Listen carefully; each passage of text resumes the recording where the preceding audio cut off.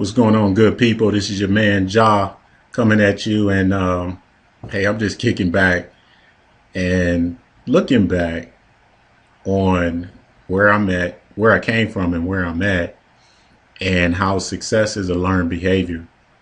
And what you see here, this is where I grew up in Cleveland, Ohio, at least my older teenage years. St. Clair Shaw, shout out.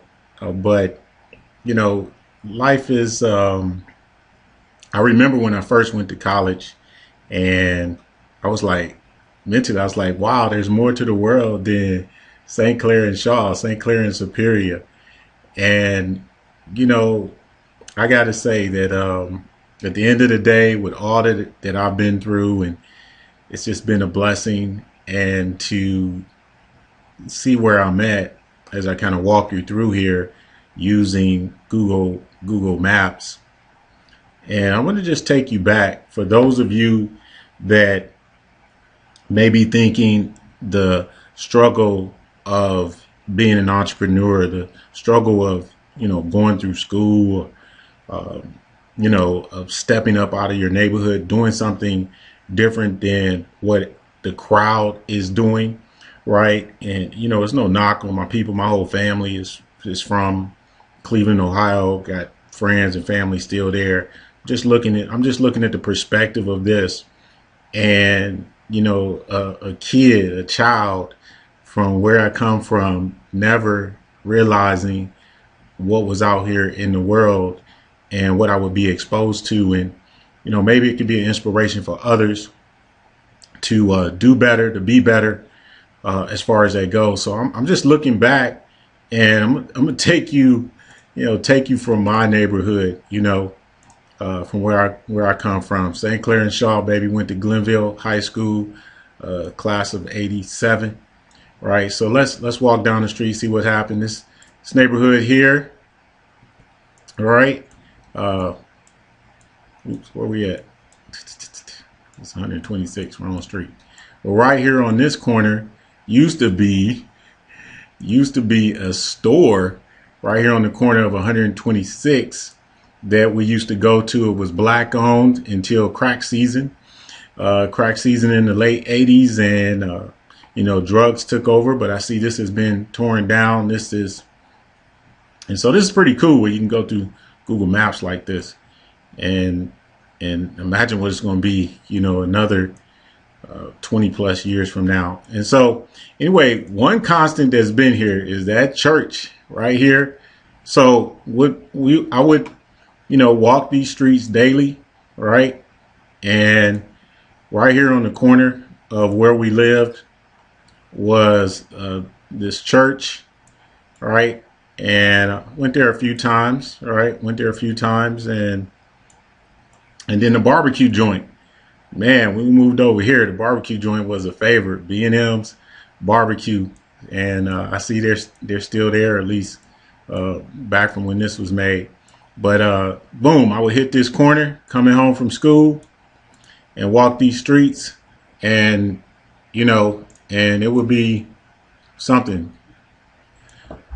And sometimes the pictures may not give it justice, but look at this trash bin right on the corner, commercial trash bin. You wouldn't see this, see this in my neighborhood where I live now, which I'll show you later to make a point. But this is right on the corner. So we grew up seeing this type of thing. Right here, my man Eddie lived in this house, and we always thought Eddie was cool. His parents were older.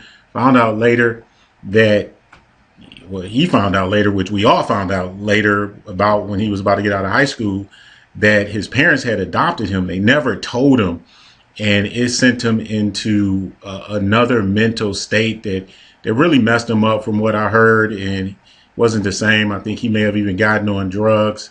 His parents had owned this house, but I see, wow, it's boarded up, and never know what really happened there. But this was one of the best houses in the neighborhood when we grew up. And then over here, I think this is where it was one of these houses. Maybe it was this one. Maybe it was this one here. a young lady named Michelle, which we all liked Michelle. Michelle was fine, right? But Michelle, it was either this house or this one.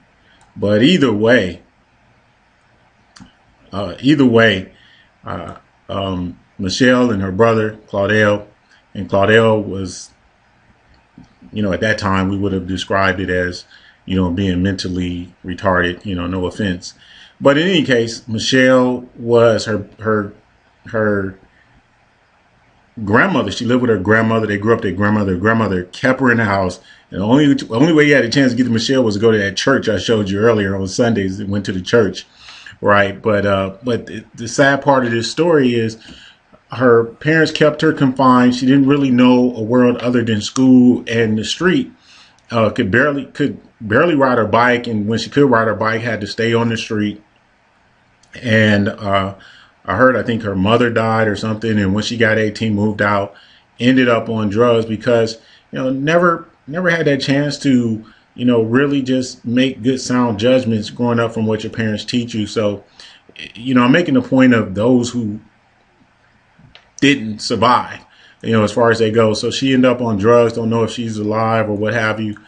These houses here they built, new. These certainly weren't here when I was growing up. As a matter of fact, this was a abandoned, rundown house, but development came here and tore it up. Right here is the house that I grew up in, 127, 639, 127 in Shaw. And of course, this has been redone. This house was red, I remember, and shoveling the snow and all of that, and I don't think I can see in the backyard, but this is the house that I grew up in. Me and my brother, slept in the attic. My younger brother, my baby brother, was it when he was born. He didn't sleep up here in the attic. Man, it was hot in the summer. We didn't have any air conditioning and all of that. But this is the little house that my parents were renting, that we grew up in, as far as that goes. And then there was two girls that lived here, Bridget and Jasmine, and oh boy, did we love Bridget and Jasmine. Next door, they used to come over, I think, after school. Their grandmother would babysit, and so we used to always talk to them and have some fun. Nothing ever happened because their grandmother was there, probably, thank God. Down here, we go down the street. Here. Lori lived here. A girl named Lori lived here. I think she turned out for herself. Her grandmother was real strict too. Right here, Terrence and his brother. I don't remember his brother's name, but his brother was killed. Younger guy, Terrence sold drugs, and so again, I'm just thinking that where it come from and how I survived, and just the blessings of that, and how so much of this neighborhood is still the same because the mindsets haven't changed. Right here, a young lady lived with her grandparents named Kelly. She ended up, I think, going to doing something in the military or something like that. Turned out real well. So, but this is the old neighborhood that a brother come from. There's some people live down here in this house. They had moved in, looking better now, and it just, brothers that didn't make it, but it wasn't as bad, when I was growing up, because the drug era didn't kick in until the 80s, and by the time the mid 80s got real strong, my age, but it got tough after 85 for sure. And this lot had been here right around down this street. Used to walk through this alley all the time, and my friend Nia lived right over here on this other corner on 126, right? As far as that goes. So, hey, look at this. Look at the roof over here of this house. It's the neighborhood and the economic conditions of where we come from. And so, you can do better. You can be better. You can achieve more than what's presented and in front of you. You just got to find ways to expose yourself to bigger, better, and greater. Connect with more positive people and do better things. I remember when my parents finally moved out of the neighborhood, bought a house out in South Euclid. My baby brother ended up going to school in a predominantly Jewish community, and his outcome, he ends up going to college on a full scholarship ride, academic scholarship ride, as far as that goes. And so environment and environment influence you so much, even above and beyond if you have good parents. The one blessing I did have was that my dad was in the house. My dad and my parents were together, and I think just their presence, with the knowledge and information my dad did have, but just his presence being there really right now made such a difference. And I consider that such a blessing, because I really believe it had a huge impact on my life and me turning out to be who I am. And even my brothers, I mean, the same thing. I think we would have been so much worse off if our dad hadn't have been there. And so shout out to all the dads that are there for their parents or trying to be there with all that is going on. And so, but let's step this up and show you what happens when you make a decision or things happen in your life, like in my case, where my high school teacher, really, I have to say, manipulated me, but in a positive way, to go to college instead of going to the Air Force where I was looking to go. Convinced me to go to college and go into ROTC to be a second lieutenant when I was going to go to the military. Of course, I never went to the military. That would have never worked for my personality. But my whole life changed, all because I was exposed to something different. And so what I want to do is expose you to something different, that you may be watching this and where you're from, and let you know there is something bigger and better that you can accomplish, you can achieve, and you can be so much more than where you come from and what you're looking at. So let's go to another place. Okay, ladies and gentlemen, we are back, and I now have moved from Cleveland, Ohio to the Columbus, Ohio area, suburb area, an area called Harrison Pond. And, one of the first things when you turn into this neighborhood, this is just here. I mean, what is this, right? Just something to symbolize you in a different place. Look at the lawns here. This is just coming into the neighborhood. It actually, we get charged an annual fee just to live in this neighborhood. And again, I'm not bragging to you. I'm showing you you can create a better lifestyle. You can have a better lifestyle for you and yours. And so this is Harrison Pond, and pretty nice area. And so the lawn is just done. Like, welcome to the neighborhood. Welcome to this beautiful place, right?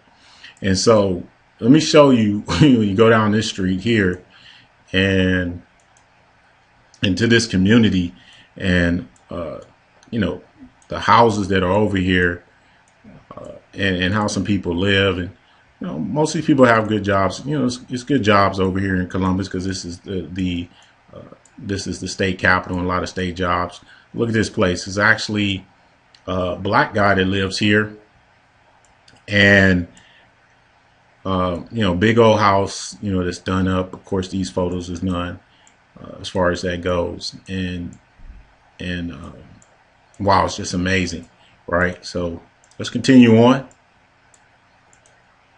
Go down here, show you some of these houses in the neighborhood and what you can achieve for yourself. Some of the other corner houses that are here, right? And just bring it to my daughters have no idea how well they live. Well, they probably got a little bit of idea when we go to Cleveland, but they still don't really know from where we grew up, right? And, we're just driving through the neighborhood here, on my way to my street. And, again, another, nice house there, 2-3 car garages. Let's get over here what creating a better lifestyle is all about, as far as that goes, and doing for self. And of course, so all these people have jobs. They may have a lot of debt, but that's not the point. That's another story. The point is, get up and do better. And so people get to walk around here. I mean, this is something you would never see them in my old neighborhood. I mean, this is a man-made pond, Harrison Pond. Okay. And, people get to walk around here and they can go chill out. So you can walk around this pond, come and chill. People walk their dogs, all of that. I don't have any dogs, but, for people that have their dogs, I mean, this is just nice, peaceful, serenity, very serene environment as far as that goes, and much more peaceful life. And this was available to you when you make a decision to create a better lifestyle, to have more than what appears to be acceptable for everyone. All right. Look at this nice house here. Beautiful homes, all over 2,500 to 3,000 plus square feet. It's just wonderful going through the neighborhood here.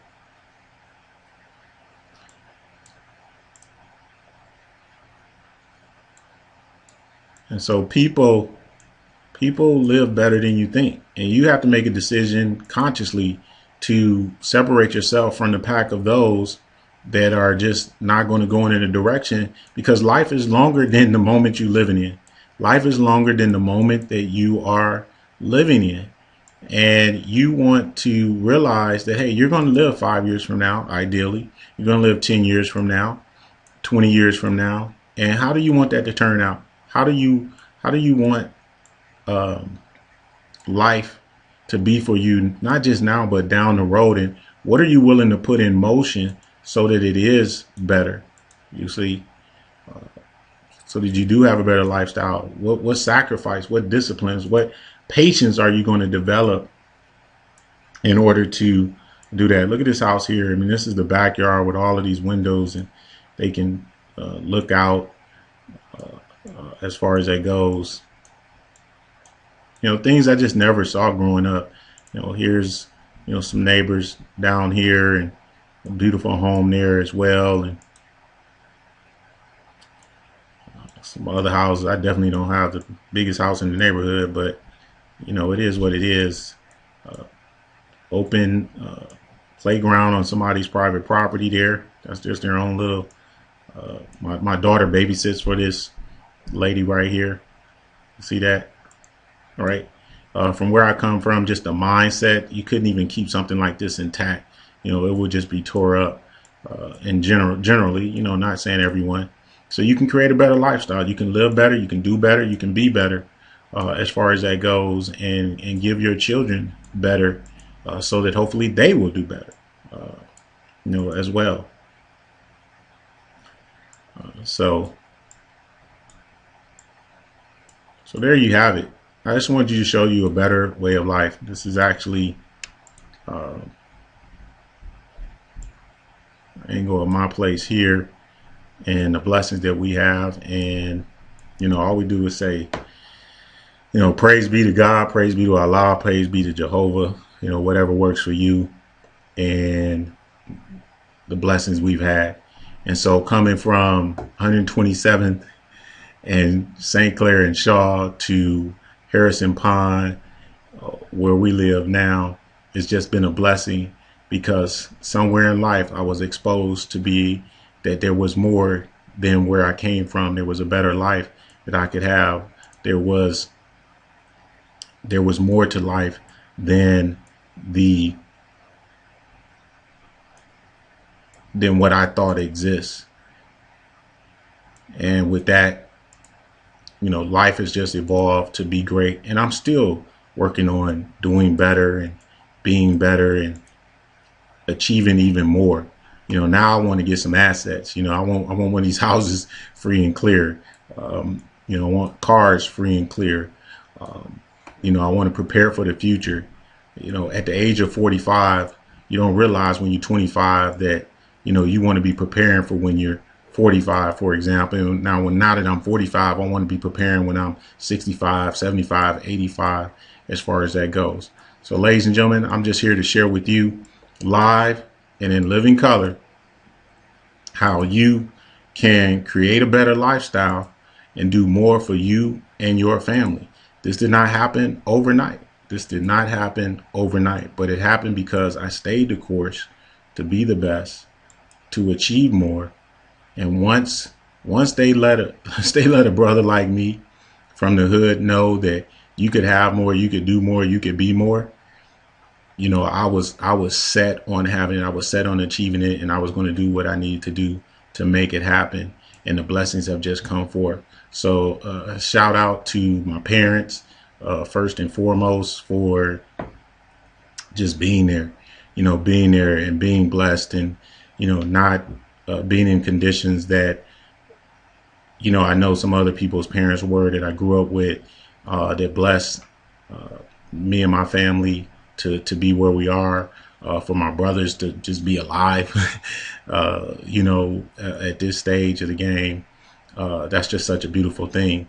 And then just shout out to my high school teacher, Mr. Bauer, English teacher, who said, "Hey, go to school, go to ROTC." And when I went to school, when I went to college, I just saw how much bigger and how much more potential I had and would have been able to accomplish, and was how much more potential I had and what I can potentially accomplish. And then shout out to being in school, to being exposed to being an entrepreneur, when I thought the best way was just to go to college to get a degree. And, those things work. My wife works. She has a college degree. But I got exposed to being an entrepreneur. And that combination of the degrees and the entrepreneurship has been such an empowering thing. So I say to you, make sure you be about the business of creating a better lifestyle. Financial Prosperity 101 is how I'm showing people how to do it. Make sure you have a successful day.